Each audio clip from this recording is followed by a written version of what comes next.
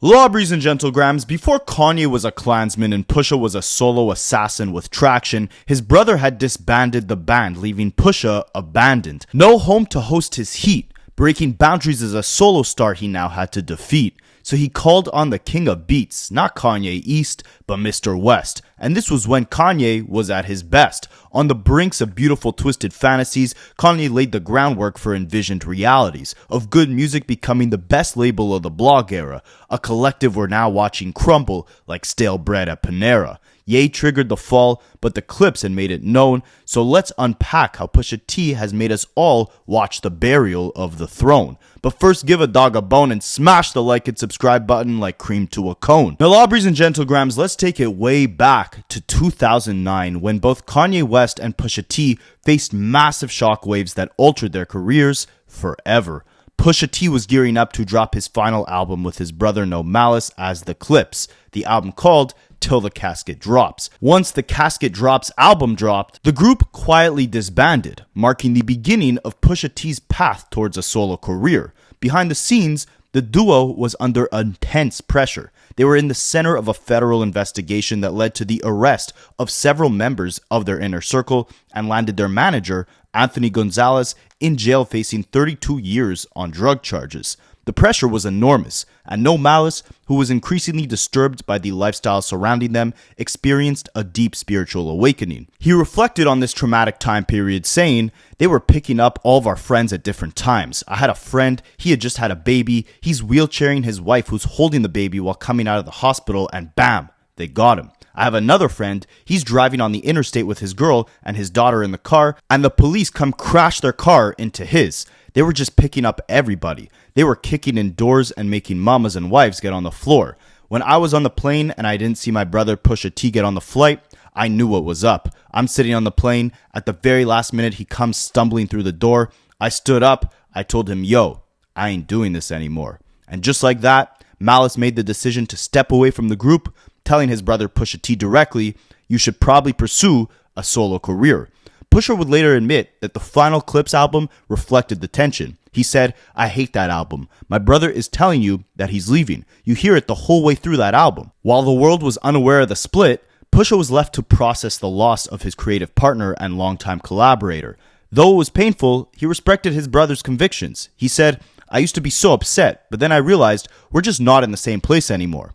With the Clipse effectively over and No Malice pursuing a new life grounded in faith, Pusha T stood at a crossroads, one that would soon lead him to form a new collaborative brotherhood with Kanye West, who was experiencing his own form of loss. This was about a year and a half after Kanye tragically lost his mother, and just a few short months after he lost control of his emotions and impulses on the VMA stage, interrupting Taylor Swift. Becoming public enemy number one for tarnishing America's sweetheart's first major moment, Kanye West locked himself in a Hawaii resort, cooking up his soon-to-be classic comeback album, My Beautiful Dark Twisted Fantasy. With the help of a superstar set of collaborators, Kanye turned the Hawaii retreat to a creative boot camp, pushing each artist to their limit. Not only would these sessions birth classic music, but also classic moments, like Nicki Minaj outdoing hip-hop vets with her verse on Monster, or Kanye spending 5,000 hours to produce the final version of the song Power, or Rick Ross being forced by Ye to redo his verse on Devil in a New Dress so many times until it became one of the highlights off of the project. But speaking of Rick Ross, by far the most iconic moment to have come out of these Hawaii sessions was the fact that Ricky Rose would end up talking Kanye into creating one of the greatest hip-hop duos we have ever seen. What do I mean by that? Well, in Rick Ross's memoir, he reminisced on the Dark Twisted Hawaii sessions by saying, "Every day we would start at 10 a.m. with breakfast at Kanye's crib in Diamond Head. Sometimes we'd get there before Kanye did. He'd still be at the studio from the night before. He had 2 full-time chefs there who were cooking up French toast with flambéed banana." Of course, Rick Ross remembers the breakfast. And he said, while everyone got to talking about what we'd work on the night before and what we were fitting to do at the studio that day. These were nights of the roundtable discussions. It was during one of those breakfasts that Kanye and I got to talking about Pusha T. Kanye had been featured on the recent Clipse album on a song called Kinda Like a Big Deal, but he never actually worked on the record. He recorded his verse on there for a T.I. song called On Top of the World, but somehow that verse ended up getting placed on the Clipse song instead. And on a side note, I remember that T.I. record. It's hard as hell. Ludacris has a crazy verse on it, and Kanye's verse on the Clipse record starts off by saying, "I'm sitting on top of that." So it definitely sounds like he recorded that verse for the T.I. song. Very interesting little hip-hop fact. But anyways, Rick Ross continues, "So Kanye didn't know who Pusha T was, but I did, and I gave Ye my opinion on him. Somebody like Pusha T could be a big asset in this environment, and I recommended Kanye see what his label situation was too. I got them on the phone, and the rest is history. I had already left Hawaii by the time that Pusha got there, but he got a few placements on the Dark Fantasy album, and Kanye ended up signing him to Good Music. And from there, the rest is history, and Pusha's solo legacy is birthed." But if we put on our tinfoil hats for a second, the cracks in the foundation of Kanye and Pusha's relationship almost seem to be there from the very start. See, Pusha had said in a recent interview in 2023 that he actually left the Dark Twisted Fantasy Hawaii sessions after just 24 hours because he wasn't used to the intense pressure of Kanye's over-the-top work environment, and he didn't necessarily like it. He says it was too chaotic, there were too many people around, and typically when Pusha T writes something, if he thinks it's great, he usually stops it there. But Kanye, being such a perfectionist, he would constantly push every artist in the room, no pun intended, to continue redoing the verse over and over until he approved of the final product. You could see how that would get exhausting or maybe even rub people the wrong way. But to Kanye's defense, he has been able to get the best performances out of certain artists with that process. We've never heard a better verse from Nicki than on Monster. Same thing with Rick Ross on Devil in a New Dress, or even recently with Fabio Foreign on Off the Grid.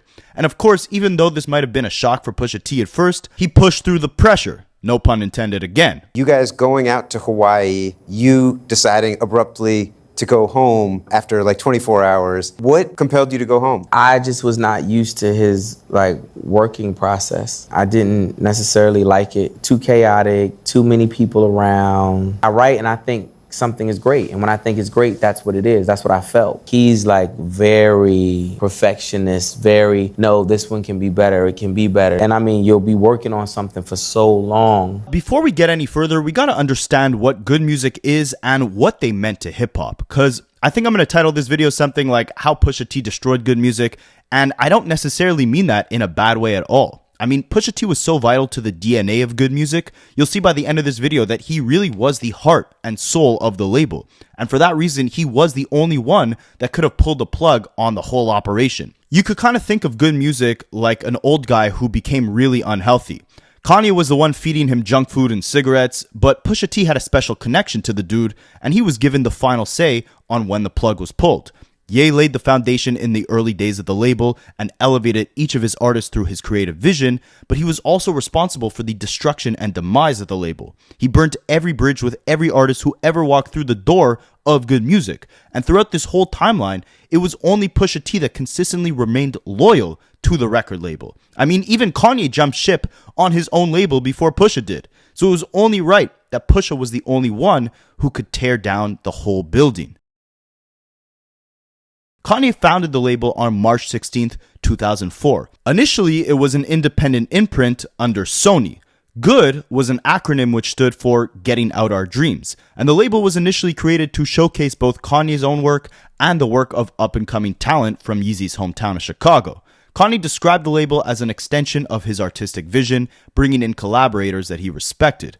Good Music's first artists were John Legend and Common, and while especially with Common, Kanye definitely created some magic in the early Good Music days, it wasn't until the late 2000s when the label became a contender for housing some of the best players within hip-hop. Before Pusha T joined the roster, the first one up to bat to feel Kanye's wrath was Big Sean. Big Sean met Kanye West in 2005 at the Detroit radio station 102.7 FM.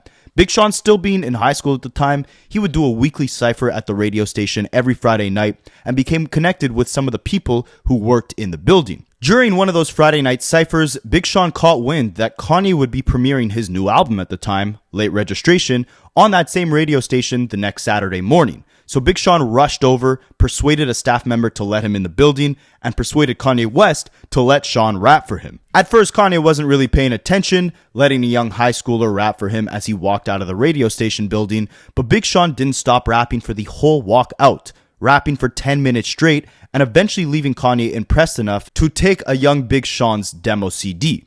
This was in 2005 and it wouldn't lead to anything on the spot, but Sean kept working, reaching out to Kanye and sending him more music, and he even gave up a scholarship to college to pursue his music dreams. And that first encounter eventually led to Big Sean signing with Good Music in 2007 and working on Kanye's next album, Graduation. Around that same time, Kanye was offered another demo by an artist who goes by Scott Miss Cudi. A not yet famous Kid Cudi had bumped into Kanye in 2006 at a Virgin Megastore. That's like the 2000s version of a physical Apple Music store. Kid Cudi had spoke on the encounter saying, "I was looking at CDs, I saw a gleam of a Jesus piece in the right side of my eye, I looked up and it was Kanye West."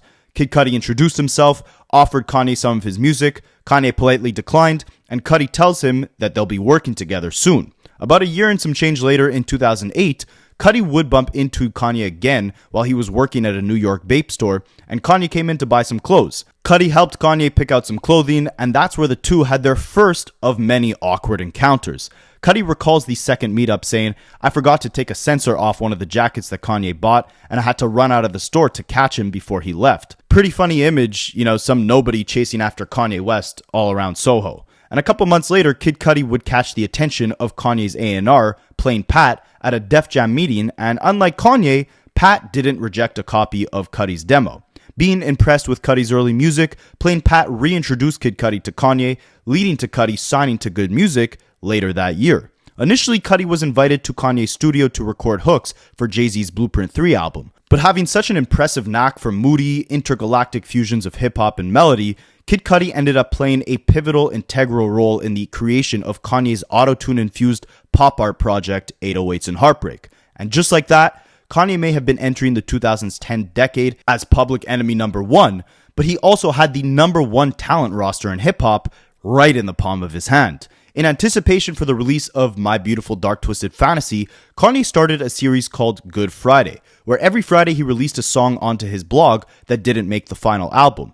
And with these songs mainly being a showcase of the talent off of Good Music, the feature list was absolutely insane. You had songs like the Runaway Love remix with Raekwon and Justin Bieber, Christian Dior Denim Flow with Kid Cudi, Pusha T, John Legend, Lloyd Banks, and Ryan Leslie, Looking for Trouble with J. Cole, Big Sean, Pusha T, and Sci-Hi the Prince, Don't Look Down with Big Sean, Mos Def, and Lupe Fiasco, and a lot more.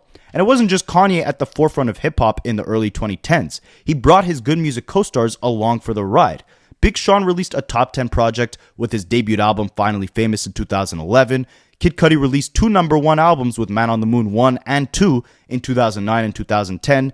John Legend released his collab project with The Roots in 2010, and Pusha T was gearing up to drop his first solo album on the label, sparring some big hits early on like Runaway with Kanye and Trouble on My Mind with Tyler the Creator. Initially, Good Music functioned like a family/production collective, with its artists releasing their music through different distributors. But in 2011, Kanye signed Good Music to an exclusive worldwide label agreement with Def Jam Records, shifting them from simple distribution to full-scale label status.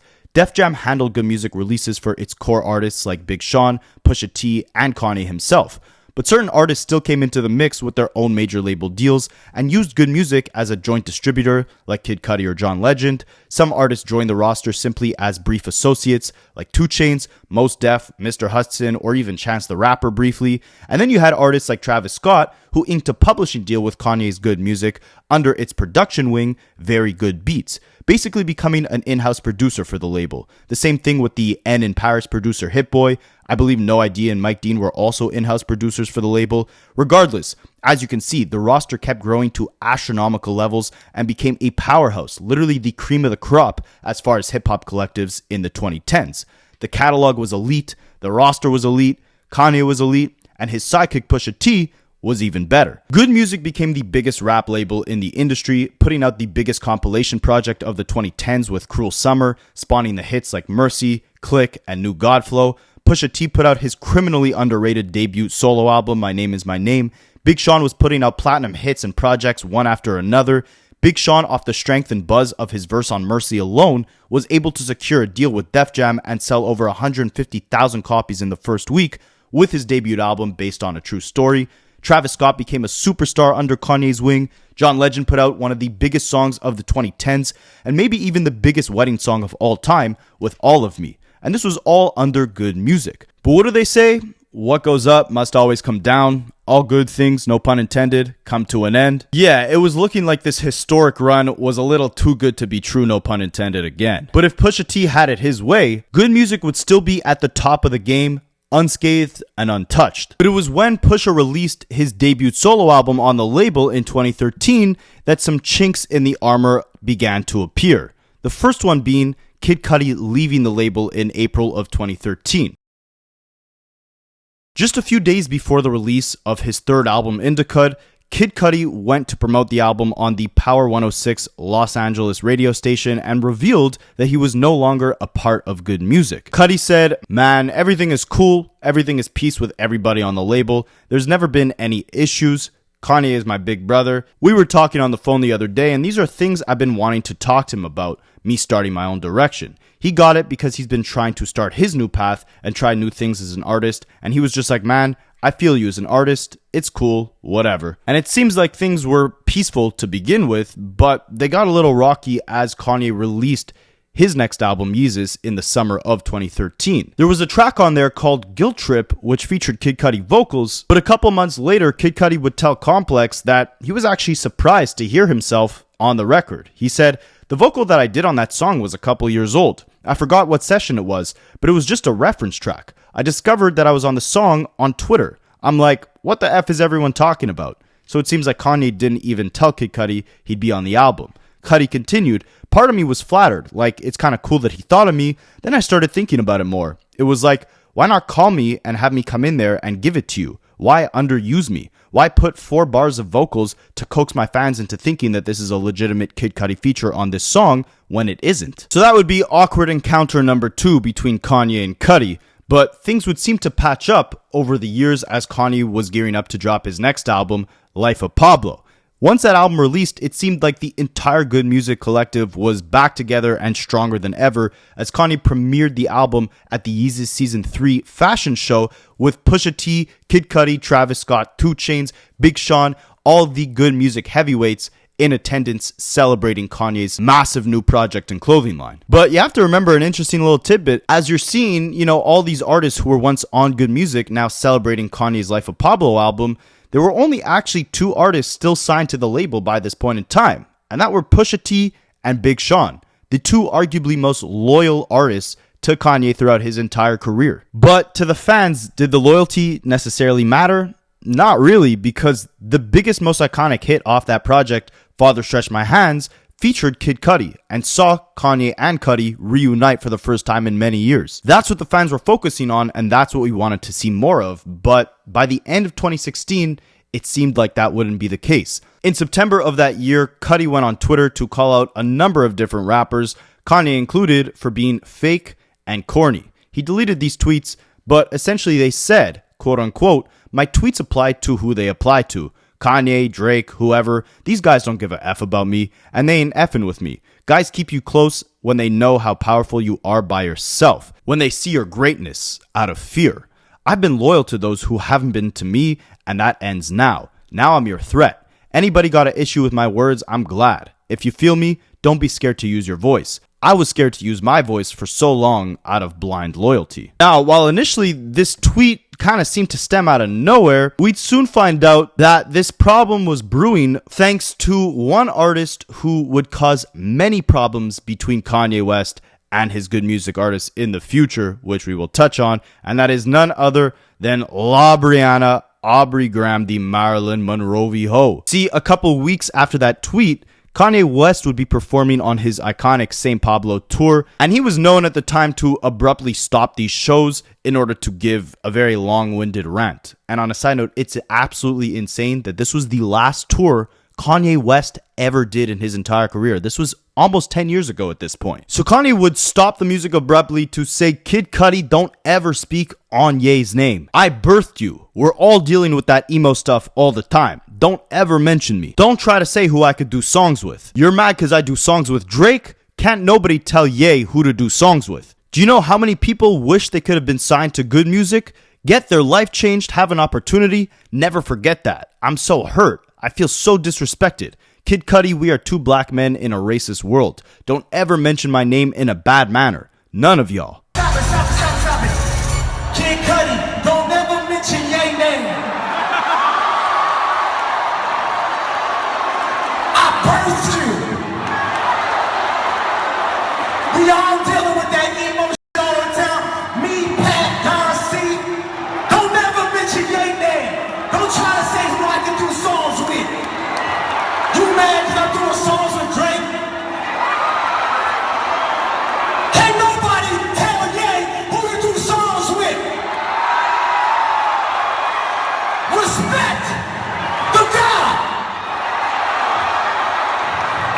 Run it back, Mike. Now, this seemed to stem from the fact that a couple months prior, Kanye West had clicked up with Drake to do the song Pop Style, which he would say on these Life of Pablo concert rants that not only Kid Cudi had a problem with that, but Jay-Z did as well. Because of Drake's beef with Meek Mill, Jay-Z had gotten Kanye's verse removed off of Drake's album. A couple days later, however, Kanye would kind of have a shift of emotions. At another stop on his Life of Pablo show, he would not really rant again, but do a little sing-songy type rant where he said, Cudi's the most important artist of the last 10 years, the most influential, and I hope he's doing well. I just want to take this time to say, Kid Cudi is my brother, and I hope he's doing well tonight. The most important artist in the past 10 years, most influential, and I hope he's doing well. I just want to take this time out to say, Kid Cudi is my brother, and I hope he's doing well. The most influential artist in the past 10 years, and I hope he's doing well. The next month, in October 2016, Cudi in a Facebook post would reveal that he was actually entering rehab for depression, writing, I guess I give so much to others, I forgot that I need to show myself some love too. I think I never really knew how. I'm scared. I'm sad. I feel like I let a lot of people down, and again, I'm sorry. It's time to fix me. When he left rehab the following month, he thanked Kanye amongst a bunch of other people for Kanye's love and support. He said, I want to let you know that you meant the world to me. I have nothing but love for you. Words can't express how much it makes my heart glow. And by the time Cudi got out of rehab in November 2016, things seemed to be all good between Kanye and Cudi, as Cudi actually joined Kanye on stage in California for the St. Pablo tour, and the two performed Father Stretch My Hands together. Beautiful morning.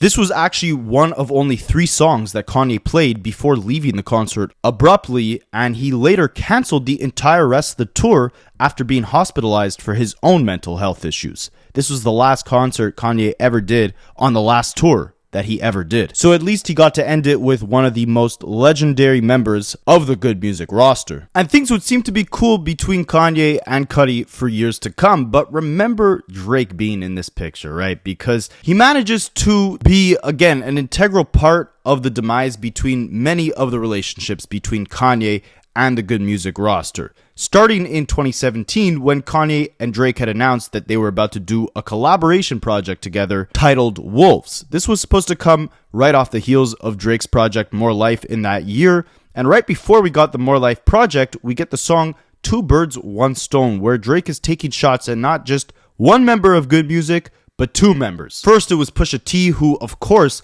took a shot at Drake years prior on the song Exodus 23:1, where he rapped the iconic bars, you're signed to one guy, that's signed to another guy, that's signed to 3 guys, now that's bad luck. Drake would respond on this Two Birds, One Stone record, rapping, but really, it's you with all the drug dealing stories that gotta stop though. You made a couple chops, and now you think you're Chapo. If you ask me though, you're not lining the trunk with kilos. You're bagging weed and watching Pacino with all your guys like, this is what we need to be on, but you never really went live. You middleman in this stuff, boy. You was never one of them guys. I can tell because I look most of you dead in your eyes, and you'll be trying to sell that story for the rest of your lives. Of course, what Drake is referring to here is what we touched on earlier in this video, when the Clipse's manager, Tony Geezy Gonzalez, was charged with running a $10 million drug dealing ring in 2009. Drake here is questioning Pusha's authenticity within the operation, claiming that it was the Clipse's manager doing all the dirty work and Pusha T was simply rapping his stories. He would conclude that same record taking more shots at another Good Music artist,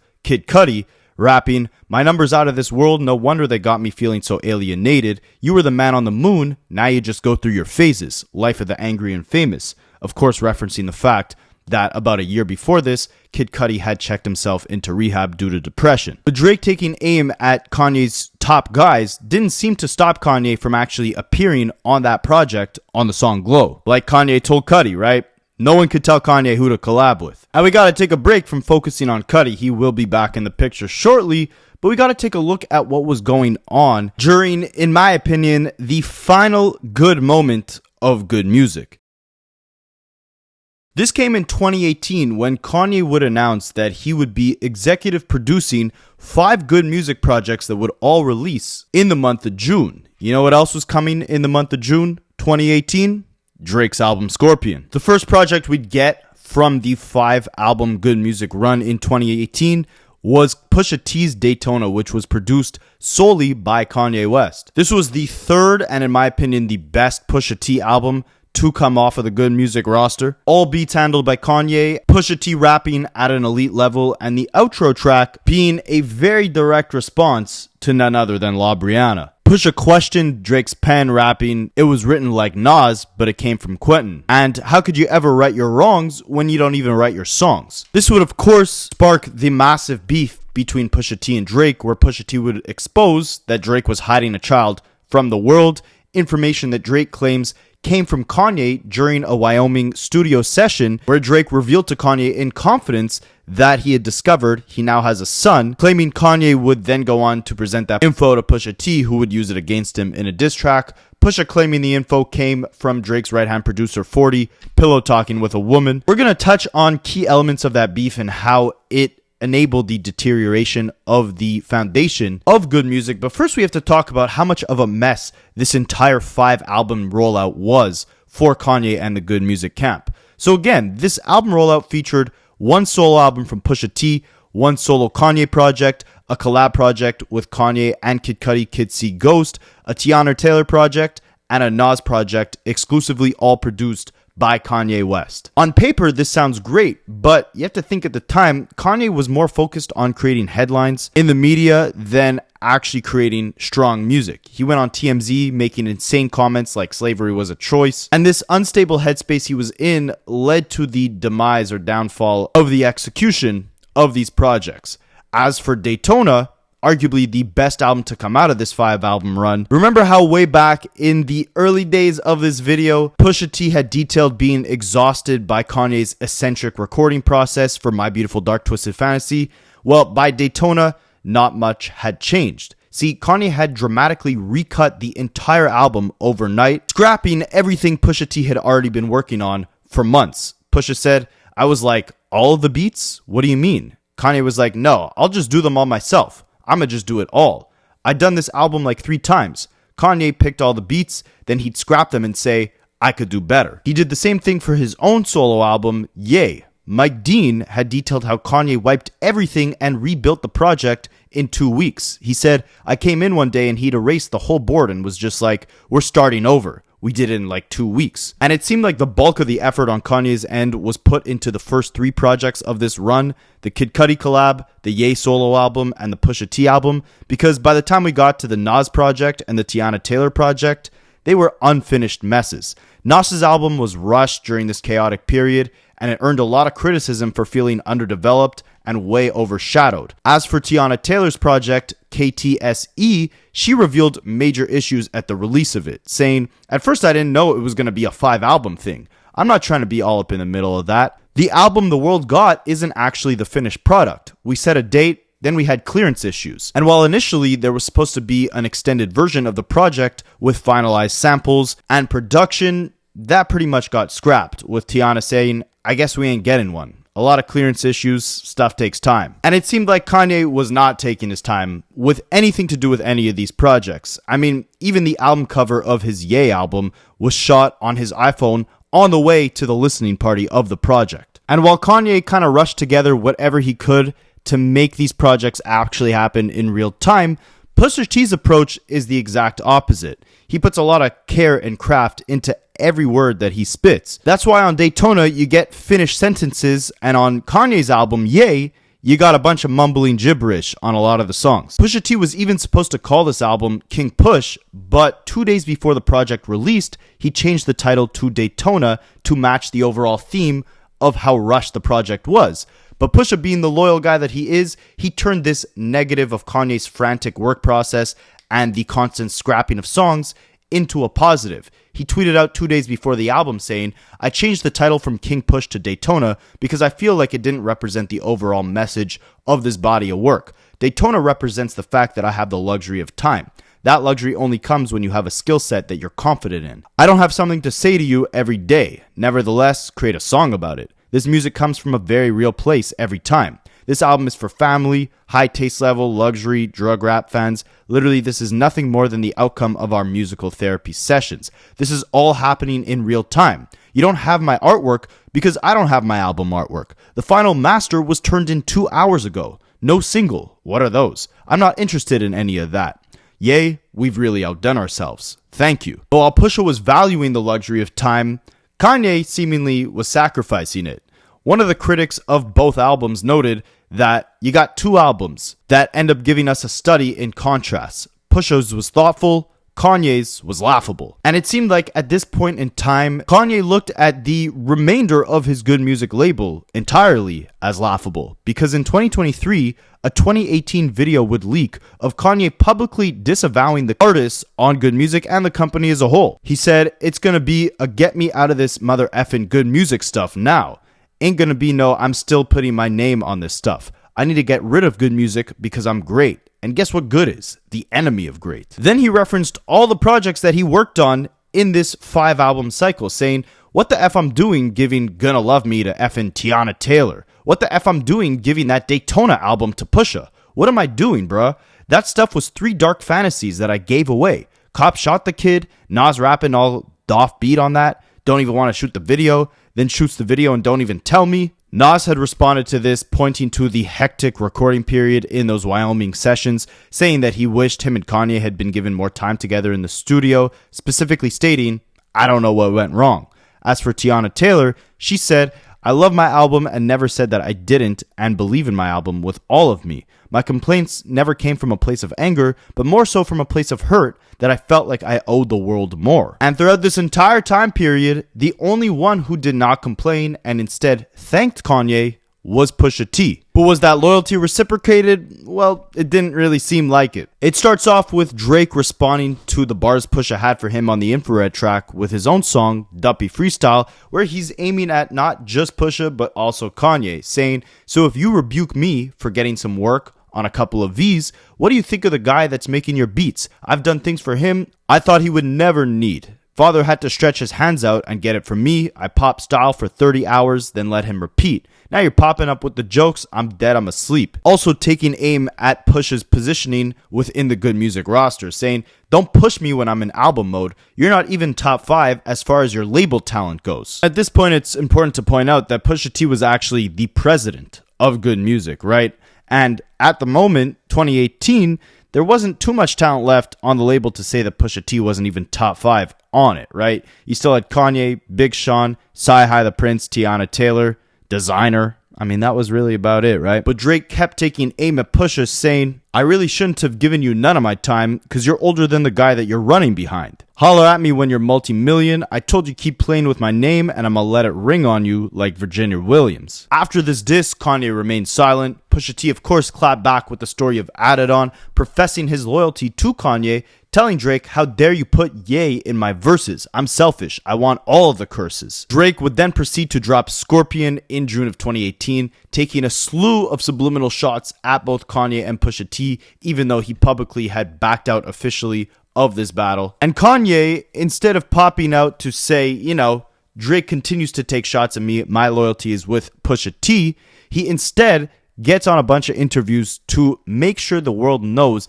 that it wasn't him that revealed the info about Drake's kid to Pusha T. That was the one thing that he prioritized making clear to the world. In that same summer, Travis Scott, another again in-house producer for Good Music, would get indirectly dragged into this beef when Drake appeared on his album Astroworld, the song Sicko Mode, and rapped, "I crept down the block, made a right, cut the lights, paid a price. They think it's sweet, it's on site, nothing nice. Checks over stripes." Of course, a diss at Kanye, referencing the fact that he lived very close to him in Calabasas and could cut the lights off in his house whenever he pleased. It's important to note that both Kanye West and Pusha T were absent off of that Astroworld album, but Drake was on it. Kanye didn't like this too much.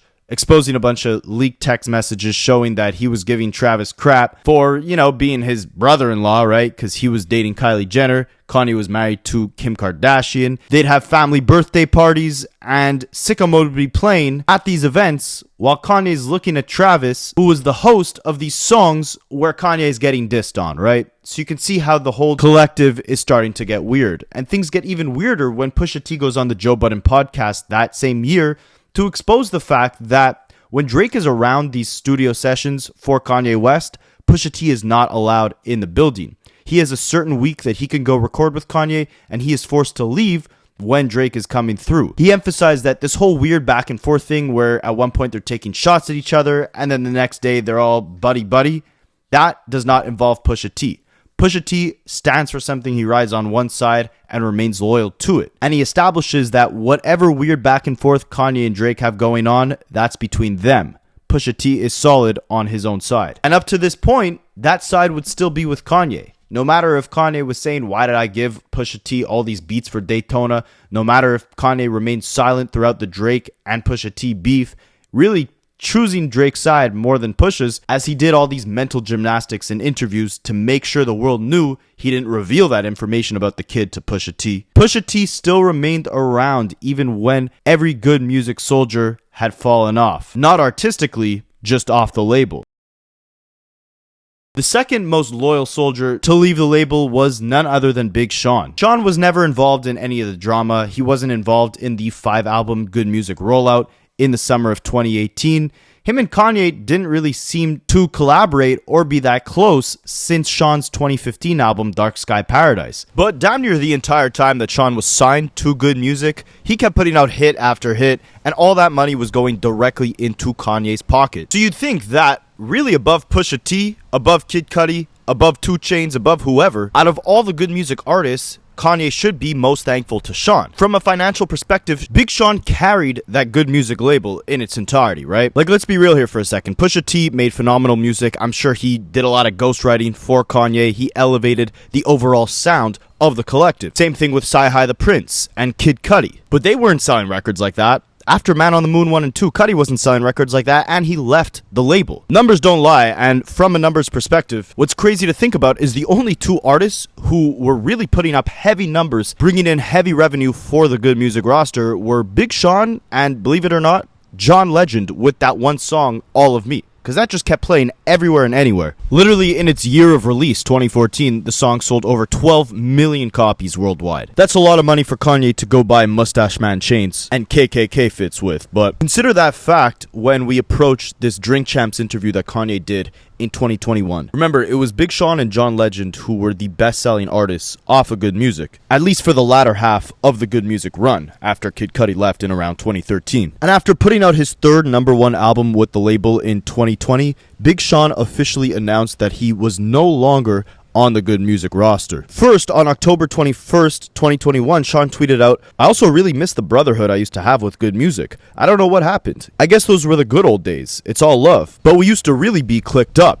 Then about a week later, Sean tweeted out, "By the way, this is the first project where I'm on my own label as well. No more Lil Dog stuff. I bossed up." So someone responded saying, "Damn, no more Good Music for Big Sean?" And Big Sean clarified that it was still all love, saying, "That's a forever brotherhood, but business-wise, I had to start getting a bigger cut. I worked my way out of that deal." And it wouldn't be long, just 1 week in fact, before Kanye would absolutely slander Big Sean's name. He went on Drink Champs and he was asked who he'd pick between Pusha T and Big Sean. Now, instead of answering the question directly, Kanye West ran to the back of the room, picked up a prop tombstone, and said, "On my own tombstone, it's going to say I deserve to be here because I signed Big Sean." Pusha or Big Sean? I love this. Let me tell you. This is right here. Let me shift this word right. Okay. When I die, on my tombstone, it's going to say, I deserve to be here because I signed Big Sean. Basically, Kanye was implying that he deserved to be unalived for signing an artist as bad as Big Sean. But it got worse. He said that the worst thing he ever did in his life was sign Big Sean to Good Music. Big Sean over Pusha T? No, I'm saying Take the a worst shot. thing I've ever done was sign Big Sean. That's a beautiful thing, man. No. Wait. The worst. He just said the worst. The worst. You said the best. I thought you said the best. Okay, hold on. And remember that this was the highest revenue generating artist on the roster, right? Big Sean literally saying that he had to work his way out of that deal. He couldn't just up and leave like Kid Cudi. No, he put in a decade plus worth of blood, sweat, and tears into building up Good Music. It's overlooked, again, that him and John Legend were the highest selling artists off of the roster. But ironically, those were the two artists that Kanye decided to attack in this interview, stating that both Big Sean and John Legend had been used by the Democrats to come at Kanye when he was running for president. He called them sellouts and said that he didn't rock with either of them. Man, I know this man mama, bro. You know what I'm saying? I've changed this man's family. And both John Legend and Big Sean, when I ran for office, got used quick by the Democrats to come at they boy that actually changed their life. And that's some sellout shit. And I don't rock with neither of them. And I need my apologies. And just like that, the cracks in the foundation of the Good Music operation had begun to widen and stretch out bigger than ever before. The last time we heard Kanye relatively mentioned in a Travis song was on Sicko Mode, where Drake was dissing him. Kid Cudi and Kanye were still cool, but Cudi wasn't signed to the label, and we're gonna touch on Cudi very shortly. 2 Chainz was long gone, John Legend was gone, Tiana Taylor was gone, Big Sean was now gone, leaving Pusha T absolutely isolated on this island alone with Kanye West. And regardless of all the pandering Kanye did to try and get Drake back in his circle, regardless of how he would not let Pusha T in the booth when Drake was there, regardless of how he never jumped to Pusha T's defense throughout the whole Drake and Pusha T beef, instead being adamant on the fact that he never gave Pusha T the kid information, Pusha T's loyalty still remained with Kanye West and with Good Music. The same couldn't be said for Big Sean, and rightfully so. He also got on Drink Champs to respond to all the egregious claims that Kanye West made, and he emphasized that, again, he was a slave to that Good Music deal. He said his manager told him that was the worst contract he had ever seen in the music industry, and he said that Kanye made the empty promise of giving all the Good Music artists their masters back, but he never did so. I had to work my way out of my deal just now. My manager said it was the worst deal he's ever seen. What I'm saying is I put at least $30 million in this man's pocket or more, and he owes me money, and he's up billions. He said he was going to give his artists back his masters, and it's just like, that hasn't happened yet, but that would benefit me a lot. Sean also said that he's been at Kanye's beck and call since the day he signed to Good Music. Whenever Kanye needed a verse written, whenever Kanye needed Big Sean to fly out to help him record an album, wherever he was around the world, Sean was there, sometimes not even taking publishing on the music because he was aware of the fact that being signed to Kanye was a golden opportunity. Like I said earlier, if he wasn't the most loyal person on this record label, he was definitely second to Pusha T. And Sean said that that's why these comments Kanye made affected him so personally, because again, he was the number one guy in terms of loyalty when it came to Good Music. Not only was he not properly compensated financially, but he was now getting publicly disrespected by Kanye on interviews. But what if I told you that that disrespect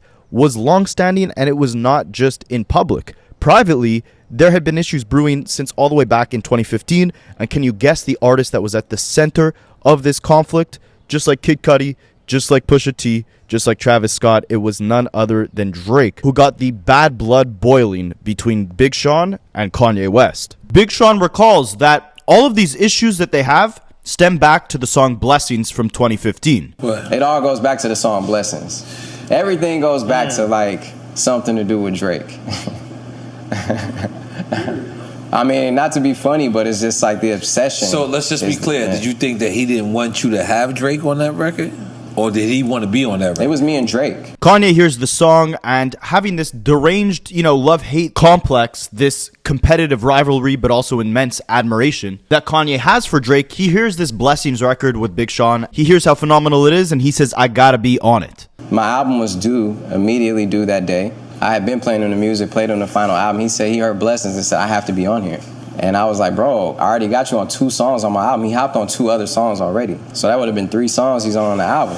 He's like, I need to be on this record. I was like, bro, my pre-order goes up tomorrow. He's like, we about to do it right now. And I helped him write his verse for the song. So when I talked to Drake about it. Drake didn't want Kanye on that. So keep in mind, like, this is at a time when they gotta press CDs. Like, there's a lot that goes into actually turning your album in. It's not just clocking it into a streaming service. So this is a lot of extra work for Big Sean to go through just to get one extra Kanye verse on the project, even though Kanye already has 2 songs off the project, just because, again, he can't let Drake be the center of attention, especially not on his own artist project. But regardless, Big Sean being the loyal guy he is, he still writes the verse for Kanye. Kanye spits it. It's supposed to go into the album. Big Sean is going above and beyond, doing A&R jobs, calling in the record label to make sure that Kanye's verse actually landed on the final version of the album. They messed up, and unfortunately, the Kanye verse didn't end up on the album. And Kanye thought that this was an intentional thing on Big Sean's part to show that he was more loyal to Drake than Kanye. Big Sean says that this was something Kanye would speak about to random people for years after. This was something he would hear about years after the fact that it happened. And it's just another example of Kanye turning on his own good music artists, with his Drake obsession being at the root of whatever conflict was occurring. I write the verse with Ye. I tell everybody in the studio, send it to mastering. My shit comes out tomorrow. Next day, I hit up mastering. I'm not an A&R, by the way, and I'm calling mastering. You get the verse? No, we didn't get any verse. My A&R like, oh, your pre-order is up. I didn't get Ye verse to mastering. Talk to Ye on the phone. Bro, pre-order going crazy, da-da-da. We gonna do the radio and the video version for Blessings. Is that cool? Yeah, it's cool, it's cool. Next thing I know, we're shooting a video. He's spazzing on me. Like I'm loyal to Drake over him or something. I'm like, bro, you know I helped you write your verse. And at this point, Drake and Kanye West are actually cool. They team up to do the Larry Hoover concert together, even though Drake was taking shots all across his Certified Lover Boy album in 2021 at Kanye. Kanye still got on stage with Drake and watched Drake perform that album front to back. And you might be thinking, what does Drake's arch nemesis Pusha T think about this entire clown show? Well, that doesn't matter yet, because just a couple months after all of this went down, Kanye officially drags Kid Cudi back into the circus. And boy, was this a spectacular saga of the circus. Who remembers the Skeet days? This is when Kanye West was absolutely going nuts on social media, but it was minus all the racism, the anti-Semitism. He was really only offending 2 people here, Kim Kardashian and Pete Davidson. Was it borderline harassment? Yes. Was it outlandish behavior? Yes. Can it possibly create generational trauma for his children if they see all the stuff he was posting on social media? Absolutely. But were these Instagram antics prior to all the racism funny for the general consumer? Yeah, you could say so. And just to give you a little recap, essentially, Kim Kardashian divorces Kanye West in 2021. She starts dating Pete Davidson just a couple months later. Pete Davidson is friends with Kid Cudi. So, on February 12th, 2022, Kanye tags Kid Cudi and Kim Kardashian in an Instagram post saying, just so everyone knows, Kid Cudi will not be on the Donda album because he's friends with you-know-who. Kid Cudi commented on the post saying, too bad I don't want to be on your album, you effing dinosaur, ha ha ha ha. Everyone knows I've been the best thing about your album since I met you. I'ma pray for you, brother. Cudi later tweeted out saying, we talked about this weeks ago. You're whack for flipping the script and posting this lie just for a look on the internet. You ain't no friend. Bye. Kanye would respond in another Instagram post saying, I'm very community oriented. I love my friends. I love my family. The reason I asked Kid Cudi to at the least speak to Skeet Davidson is because for years, Kid Cudi always made it seem like it was me and him against everyone. Now that I'm fighting for my family and he's not by my side, this is bigger than music. And to make a long story short in this ridiculous part of the saga, essentially later that summer, Kanye West was supposed to perform at Rolling Loud. He backed out at the last minute. Ironically, they replaced him with Kid Cudi. Kid Cudi got booed on stage. People were throwing things at him. A couple months later, Pete Davidson and Kim Kardashian broke up. And Kanye posts on Instagram a picture of a fake newspaper that reads, Pete Davidson dead. Kid Cudi meant to play at the funeral, but he's fearful of bottle throwers. Now, Pusha T would end up getting caught in the middle of this little love triangle because he was gearing up to drop what would become his final album under Good Music and under Def Jam. What's funny is, again, because Pusha T is such a loyal dude, if things were to just go his way, he'd still be under Def Jam and still be under Good Music. You'll see how these things end up falling apart and how Pusha T remains loyal. But this project, 2022, it's almost dry. One of the best albums, in my opinion, of that year. And Pusha T is making sure that the world knows this project is 50% produced by Pharrell and 50% produced by Kanye West. Even though Kanye did have a big hand in the production, the overall rollout of the project was handled by Pusha T this time around. It wasn't like Daytona, where Kanye just kind of put it out whenever he felt like it and made Pusha T redo a bunch of the songs. This was all in Pusha T's creative control, and that's why the rollout didn't seem so messy or controversial. But right when the album was about to release, the circus and clown show continues. There was a song on the track list featuring Kid Cudi and Kanye West. And remember, this album comes out about a month and a half after Kanye and Kid Cudi's little Instagram war. So Kid Cudi gets on Twitter right before the album drops and says, "Hey, so I know some of you guys heard about the song I got with Pusha T. I did this song a year ago when I was still cool with Kanye. I am not cool with that man. He's not my friend, and I only cleared the song for Pusha because that's my guy. This is the last song you will hear me on with Kanye." Pusha T responds by saying, "It effing sucks. You know, Cudi is my brother to the end. Just navigating these relationships, this brotherhood, the arguing, it gets public. It's one thing for us to argue. We all argue. That's not a problem. It gets out there, whether it's Kanye bickering first or Cudi coming back with what he says, it's all super effed up." And Cudi would continue, rightfully so, to rant about Kanye in interviews, saying things like, "I've been on every single one of that man's albums. He's only been on 2 of mine. That should tell you something. And don't think I haven't asked him for features." And that's another thing, right? When you're working for Kanye, you're always working for Kanye. It's never a shared vision. And that's why Pusha T kind of got isolated and backed into this corner where he wanted to stay loyal to the guy who helped kickstart his solo career and the label that he helped build. But at this point, as you can see by 2022, pretty much every single bridge was burnt. Yes, about a year later, Kid Cudi and Kanye would reconcile, with Kid Cudi saying, "The reason why we became cool again is because he apologized to me and it was sincere." I was just like, wow, Kanye does not apologize to just anybody and say sorry to anyone. And that's my brother, man. I know he loves me, and there's just nothing like Kanye and Cudi. We're like the duo that everyone loves to see. They would go on to collaborate a couple times, but I think this tweet is very telling. This is what Kid Cudi tweeted out in September of 2024. "Pusha T has been my closest homie since day one. He embraced me from the jump and has always had my back. When I was on Good Music, he was like literally the only one I had a true relationship with. That's my big bro and I love him forever. We're def gonna keep putting out heat for y'all." So that's interesting, right? He said, when I was on Good Music, Pusha T was literally the only one I had a true relationship with. But okay, hold up. We gotta rewind here because I'm talking about 2024, but it was 2022 when we saw the destruction and deterioration of Good Music as we know it. So of course, Kanye goes on his insane anti-Semitic rants by the end of 2022. He wanted out of all of his contracts, his fashion partnerships with Adidas and The Gap, he wanted off his record label, he wanted the deterioration of Good Music, and he really had been saying that since 2018, right? And by going completely off the deep end, he pretty much got what he wanted. Every partnership he had cut ties with him, including Def Jam, which housed his record label, Good Music. So in December of 2022, Pusha T announces that he is no longer the president of Good Music. In fact, he said he's not tied with Good Music anymore in any way. As for his relationship with Kanye, he says, "He's not speaking to me now. He doesn't speak to you if you're not with what he's saying. And I'm not down. I'm not with it. I'm not budging on that. I'm not with it. I heard about the new stuff he's doing on InfoWars, and I don't know. There's something that just sort of tells me he's not well at the same time. I will say that. It's going to places where there's no way to move around it." Remember, Pusha says, "I'm the one that said the MAGA hat is the new KKK hood when he's making my album Daytona. He's beefing with the former president, Obama, and I met Obama, but it's the same thing with him and Drake, right? I'm going through this and that with Drake, and he's out here doing shows with Drake." So we're now on what? The 4th Good Music and Kanye West relationship that has been destroyed with Drake at the center of it, right? First, it was Big Sean and the Blessing song, Kanye feeling threatened that Sean and Drake were collaborating. Then it was Kanye lashing out at Kid Cudi on stage for allegedly telling Kanye not to collaborate with Drake.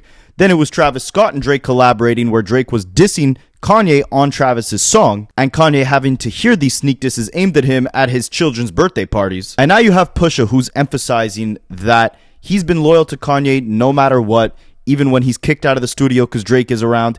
Even though he's battling Drake, Drake is censoring his music behind the scenes, which we'll touch on shortly, but yet Kanye is out here glazing Drake, doing shows with Drake, asking why he gave all these beats to Pusha T for Daytona. And the straw that breaks the camel's back is the fact that Kanye goes so far off the deep end with the racism, the anti-Semitism, the bigotry, and that's when Pusha taps out and says enough is enough. Now, Kanye leaks a text message between him and Pusha T. Allegedly, this is what Pusha said, right? And you could see here that Pusha's emphasizing, if this is a real text, that he has been loyal to Kanye through thick and thin and has resultingly been isolated from the industry because he's remained loyal to someone who doesn't reciprocate it. He said, "I put out Story of Adin because Drake dissed me and mentioned my wife in a song. You let Drake disrespect you, your wife, and your family. That's why you can't get your own wife to respect you. "Don't blame me, Kanye. I would never shoot anybody for you. You would snitch on me." And Kanye would officially respond to Pusha T in April of 2025 when he'd get on a live stream going absolutely ballistic on Pusha, saying that Pusha was standing on Kanye's shoulders in order to take down Drake, but now that Kanye needs him to stand up and defend the fact that Kanye deserves to see his kids, Pusha is no longer around. But I don't think Kanye got the memo that Pusha clocked out over 3 years ago at this point. Playing with all y'all and me right in front of all y'all. Y'all know that. Pusha, you know that. All that tough guy. What a tough guy. What a tough knowledge. What a tough guy. Where's all the tough guy? All these records about all the people you'll kill and all the drugs y'all sell. And when I don't see my kids after I chop work for you. I chop my work. Me. Okay. I chop work for you. I blast for you. I ask for one thing. Use your voice, your stability. People don't think you're crazy. People respect you. You stood on my shoulders to take Drake out. So Pusha delivers his final album On Good Music in 2022. On there, we get the first official Clipse reunion as the outro to the album. And again, this is a Kanye-produced album. But when you look back a couple years before that, Kanye had actually reunited the Clipse on his gospel album in 2019. And now in 2025, we're finally seeing the Clipse officially unite for their first album since 2009. The point where Malice and Pusha T split up as a group and Pusha T went on to sign to Good Music. But if you're wondering if Kanye will be in the picture for this reunion, the answer is an obvious no. But it's not just a no. It's the fact that with this rollout, Pusha T is putting the power back in his hands. Not just with his record label situation, not just with the fact that he's finally reuniting with his real blood brother in music, but also with the fact that he is finally taking control of his own narrative and not being pigeonholed to speak his truth due to his loyalty to Kanye. On the first single we get for the album, Ace Trumpets, Pusha T raps, "Look at them, him and him, still waiting on Yeezy." This could have been a dig at Big Sean, who had been stating numerous times that he was waiting on Kanye to fulfill his promise of giving back the masters to all his Good Music artists, or it could really be any Kanye West fan who was waiting for the old Kanye to make a comeback. Pusha T essentially is clowning on anyone waiting for Kanye. Pusha would accompany this song with a brand new interview with GQ, where you'd really see him peel the layers back on what his true thoughts were on Kanye at this point in time. So first, they detail the official Clipse reunion that occurred 10 years after their most recent album in 2019. And it was thanks to a Wyoming session for Kanye's gospel album where Kanye quote-unquote asked Pusha T for Malice's number. Pusha was in the early throes of disillusionment with what it meant to be in Kanye's orbit. Quote-unquote living through the foolishness, as Pusha describes it, even though their union would sustain for another 2 or 3 years. "I don't want to bring Malice into the foolishness." Malice says, Pusha was like, "You don't want to do this. I don't deal with foolishness at all." But I saw what Pusha was talking about. Pusha and Malice revealed that they wrote to the Follow God beat before Kanye snatched it back for his gospel album, and ironically, being so productive made Pusha more frustrated, since the stuff they were creating together was still stuck under Kanye's umbrella. I feel like we were suddenly convinced that it could happen. The Clipse reunion could happen. But there was so much going on within the whole Kanye circle. If we decided we were going to jump back into it, then we should be jumping into it. It wasn't progressing like that. So I think if anything, that was a stumble on just trying to make it happen and everyone not just being on the same schedule. That was bothersome to me. As far as where Pusha and Kanye's relationship turned sour, Pusha says things were headed there for the last few months or years of his time with Kanye, where he was just playing the industry game more than anything. Pusha says, "I realized at certain points that I was really alone in everything that was going on as far as rap drama, so on and so forth." He points to the 2021 Donda sessions in Atlanta as one of those points. "I'm in a collective of a lot of individuals. Everybody's working, but I really got stuff to do. And I leave, and it's one energy, and then when I come back, the energy's off. And then you hear about the sidebar conversations. You got your homeboy who's coming up to you like, 'Yo, they were saying this when you left.' I'm thinking that we're all in this collectively getting busy, but in actuality, everybody had their own agendas, and I feel like I was the only one who didn't. My agenda was for the squad, so from that point on, I just looked at everybody differently, and I looked at it like, we're just gonna make music, we're gonna get beats, we're gonna write some raps, and we're gonna keep it moving." And by this point, Pusha emphasizes the bridge between him and Kanye has officially been burnt. It's like, bro, you've been mentioning me, screaming about me, you got every soul believing that I've done such a great injustice to you, and that's a lie. He goes on his rants, and the one thing I can say about Kanye is that he knows that every issue that he's having and crying about online right now, I've told him distinctly about those things. Distinctly. So when he gets up there with his KKK mask and he's screaming behind it like a pro wrestler, he has to scream behind the mask. He don't talk to me like he talks to others. Me and Kanye made some great stuff, bro, but let me tell you something. He's a genius, and his intuition is even more genius level, right? And that's why me and him don't get along, because he sees through my fakeness with him. He knows I don't see him as a man. He knows it, and that's why we can't build together with each other anymore. That's why me and him don't click, because he knows what I really, really think of him. He showed me the weakest sides of him, and he knows how I think of weak people. But on a positive note, more important to Pusha than the music he made with Kanye is how Kanye handled the financial fruits of that relationship. 5 years ago, after publicly expressing frustration with the predatory nature of label deals in general and the splits of his Def Jam contract in particular, Kanye announced that he planned to give 50% ownership stake in the masters of his Good Music roster back to the artists themselves. Today, Pusha says Kanye did keep his word. The greatest thing he did, and why I'm okay with where me and him are right now, and I'm cool with staying that way, is because at the end of the day, my truth is my truth, but I still respect what he did in the business. And he speaks ill about the music we've made and giving me certain records, but the one thing he did give me was all the profits from the Def Jam deal back. Kanye's sick, I do believe that much. You're sick, but you're also very calculated. And if I take your sickness and take how calculated you've been and disruptive you've been and try to beat me, then it cancels itself out. I can't look at it as sick because you're detrimental. You're detrimental to everything. You gotta understand, where I'm from, we build that loyalty amongst friends. Once we lock in as a crew, this is how it goes. We're together and we win together. We lose together and this is how we go. Now, Pusha leaving the Good Music imprint didn't necessarily mean that he was not tied to Def Jam any longer. Remember, like I mentioned at the beginning of this video, Good Music signed a partnership deal with Def Jam. So basically any artist signed to Good was signed to Def Jam. Pusha T was still in his Def Jam contract, and he was planning on releasing this Clipse album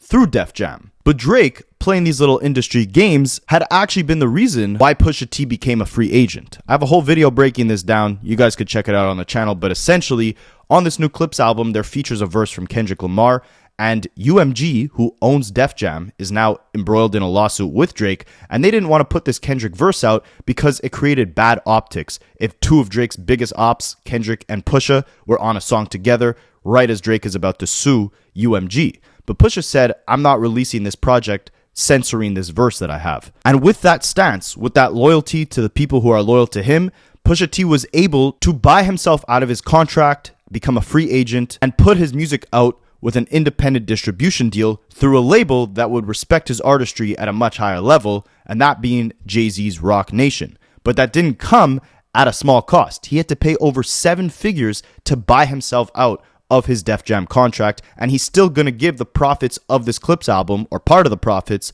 back to UMG. But the story doesn't end here, right? I mean, we saw Kid Cudi say that the only one loyal and real to him throughout all of Good Music was Pusha T. We know Kanye and Pusha T have burnt their bridges. We know Kanye's burnt his bridges with Big Sean. He's also burnt his bridges with Travis Scott after Travis took a lot of demos that Kanye had been working on, put them on Utopia, but refused to feature Kanye on the project due to his controversial, anti-Semitic, racist comments at the time of that album's release. But that Utopia album dug the final nail in the coffin between the last two strongest soldiers of Good Music, Pusha T and Travis Scott. See, Big Sean and John Legend might have been the best-selling artists on Good Music in the 2010s, but in 2025, out of the entire Good Music roster, no one was making music at a higher level than Travis Scott and Pusha T. Even though the two weren't physically signed to that label anymore, maybe they could carry on the Good Music legacy together and keep the spirit of what they started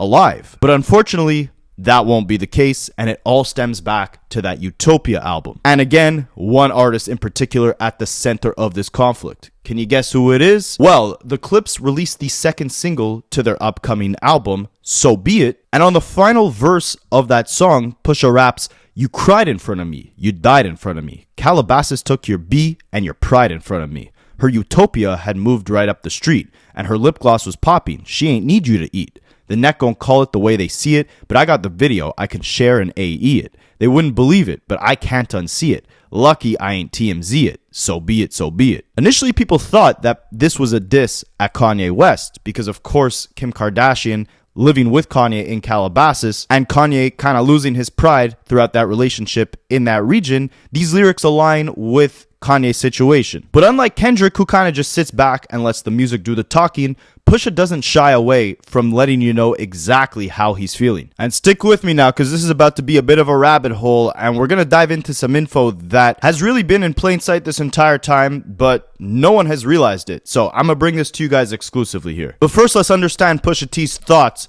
on Travis Scott and this whole situation. So that GQ interview where he's talking about Kanye West, they actually updated it after this So Be It song came out to give a little excerpt of what they were talking about that they couldn't really spoil before the song came out. So they say, on So Be It, Pusha and Malice kick their usual upper echelon stunning over a sinister Pharrell beat, but things get smoky when Pusha closes the song out with a final verse that made me do a double take on first listen. While Pusha never calls out Travis by name directly, pointing references to Utopia and an ex whose lip gloss is popping pretty much erase any doubt about who he's talking to. The verse is short, but no less scathing than any of Pusha's similar instances of letting a fellow rapper know what he really thinks of them, alluding to witnessing Travis losing his pride and conspicuously mentioning AE, Alexander Edwards, best friend and right-hand man to Kylie's ex Tyga.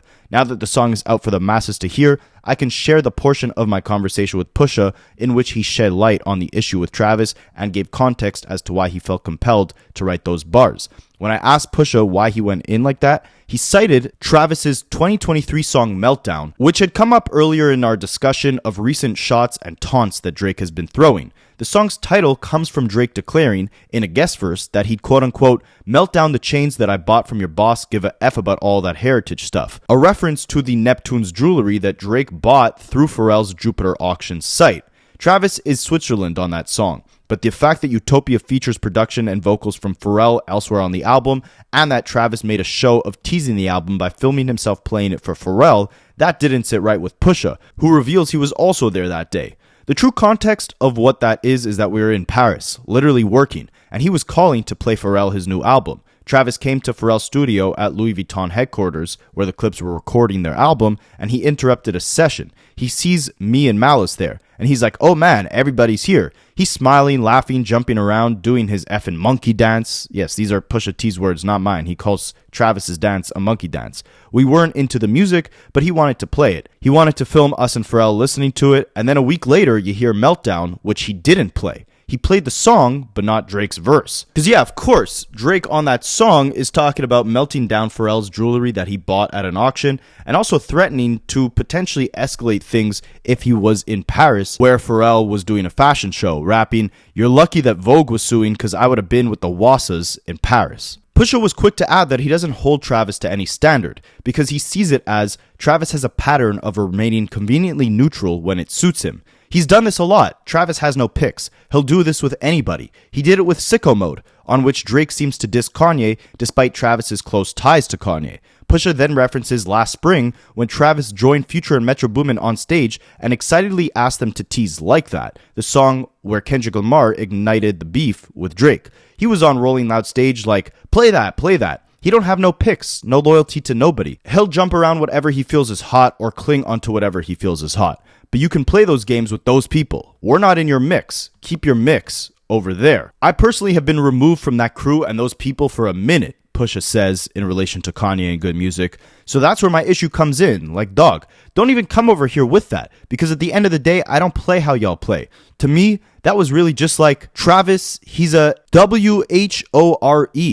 That's what he is. It's insane to call someone that, but we'll keep going. Pusha says, I've already dealt with Travis's lack of loyalty to his mentor, the guy he looks up to, referring to Kanye.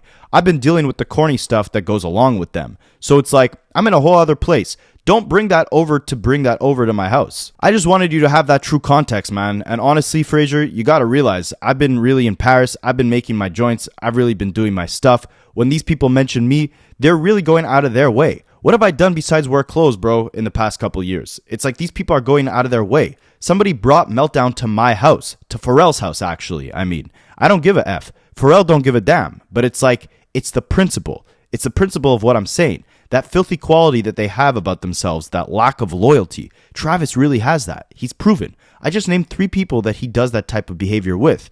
I'm just not one of them. I ain't with that. This stuff ain't coming out of nowhere, bro. I be cool with all these guys. Everybody you mentioned today, bro, I promise you, they did the underhanded weird stuff. So what exactly is Pusha referring to here? Well, as we saw earlier in this video, right? Travis plays whatever side is convenient to him. Back in 2018, when he had a deal with Nike, Drake had a deal with Nike, and Pusha T destroyed Drake's deal with Adidas, Drake, of course, goes on sicko mode to say checks over stripes and throws out a slew of disses aimed at Kanye West. Travis, initially coming up with Kanye West being signed to Good Music, should have taken that as, maybe I shouldn't put this on my album, right? I mean, this is Drake, the guy who has been beefing with Pusha T and Kanye, my label mates, all summer. Now he's dissing them directly on my song.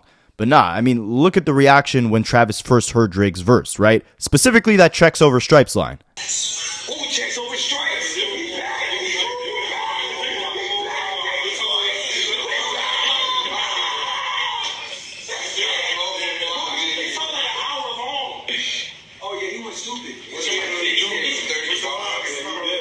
That shows you, like Pusha said, Travis goes towards whatever is hot at the moment. And we saw him flip the script years later on Drake himself when he's on Rolling Loud stage with Metro Boomin and Future and telling them to premiere the Like That song. The same song that had Kendrick's verse on it where he says, F the big three, it's just big me, that kicked off the entire Drake and Kendrick beef. And even if Travis didn't know that Kendrick verse was on it, just the fact alone that Metro Boomin and Drake at this time are beefing, and you're telling Metro to play this song, it shows that you'll play both sides, right? Just play that. Oh, man. Please, bro. I'm sorry, bro. Metro's trying to get out of here. You want the album right now, nigga?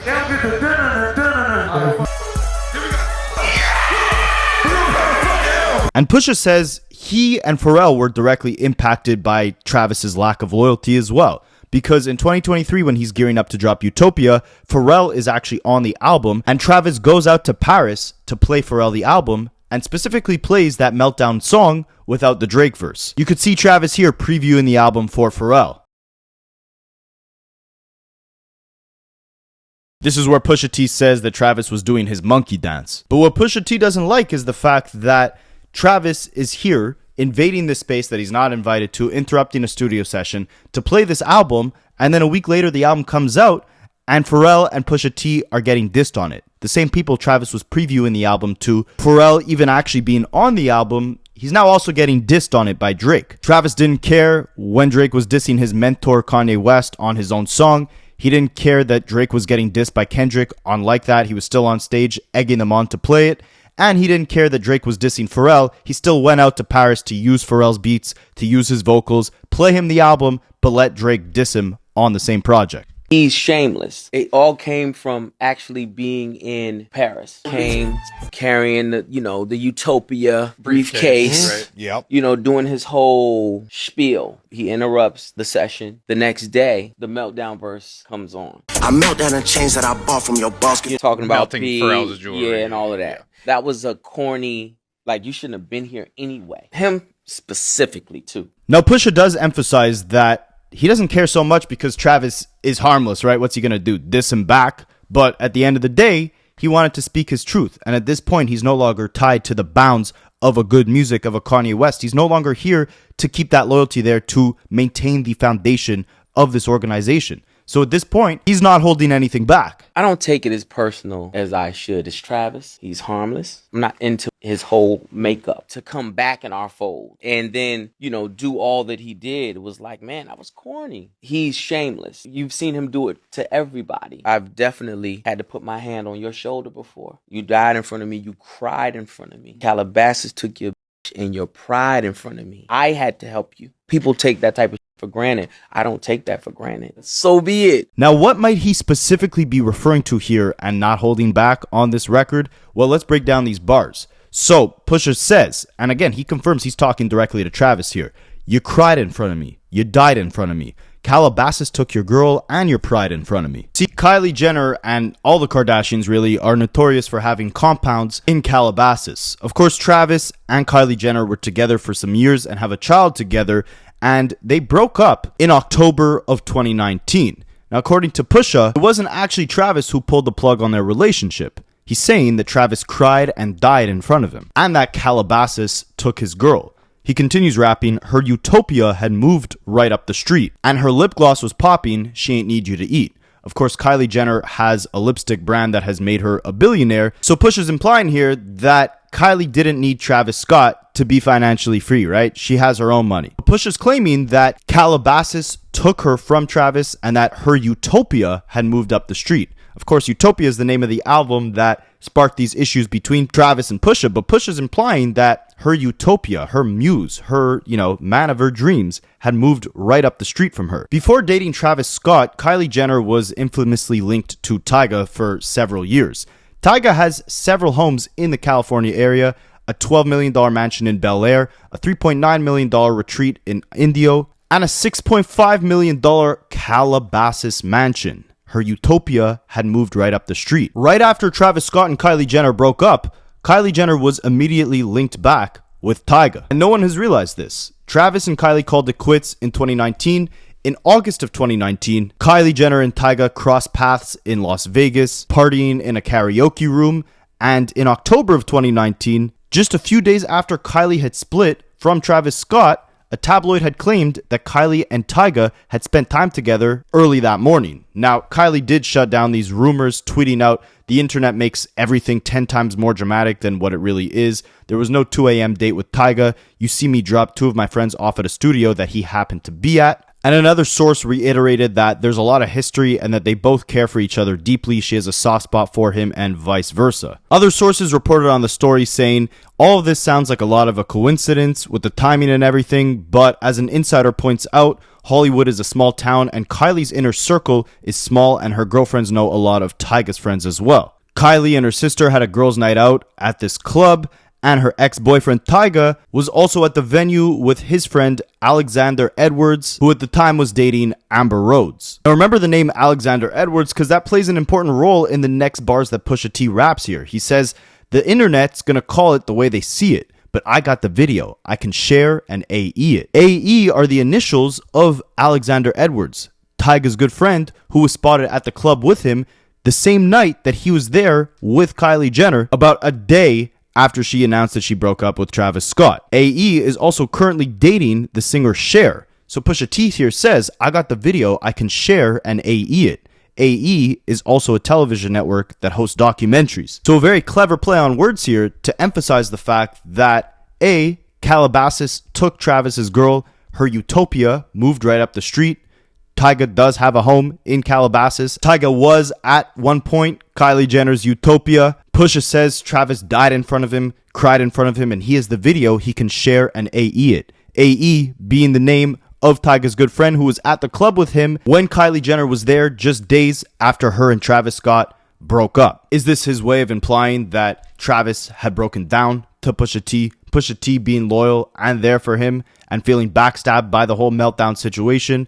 And now he has the tapes that he's threatening to share and AE. AE again being the friend of Tyga. Tyga having the home in Calabasas. Him being Kylie's initial Utopia, moving right up the street. And Pusha concludes the verse saying, "Lucky I ain't TMZ it. So be it, so be it." And regardless of what Pusha T is talking about exactly, whether it's about Tyga or another Utopia that Kylie Jenner has, one thing is for sure, in that Pusha T was the last man to remain loyal to Kanye West, to good music as a whole, to every artist within it, and to the foundation of what they had built. And because of that, the power was in his hands to determine the fate of the dynamic of everybody involved. He helped build the label up from the ground, spitting some of his most classic verses for Kanye projects, ghostwriting for Kanye, making sure the label moved as a collective and pushed themselves to produce the highest music possible, eventually becoming the president of the label and being the final artist to actually release music on the label. Pusha T had the last good music project, even after Kanye. And with this newfound sense of freedom, a new home to host his music, a reunion with his true blood brother, and an unwavering loyalty to the foundation and the people who had started it all, it looks like Pusha T is ready to tell his story. And the entire Good Music Collective may get burnt down as collateral. Let me know what you guys think, and I will catch you in the next one.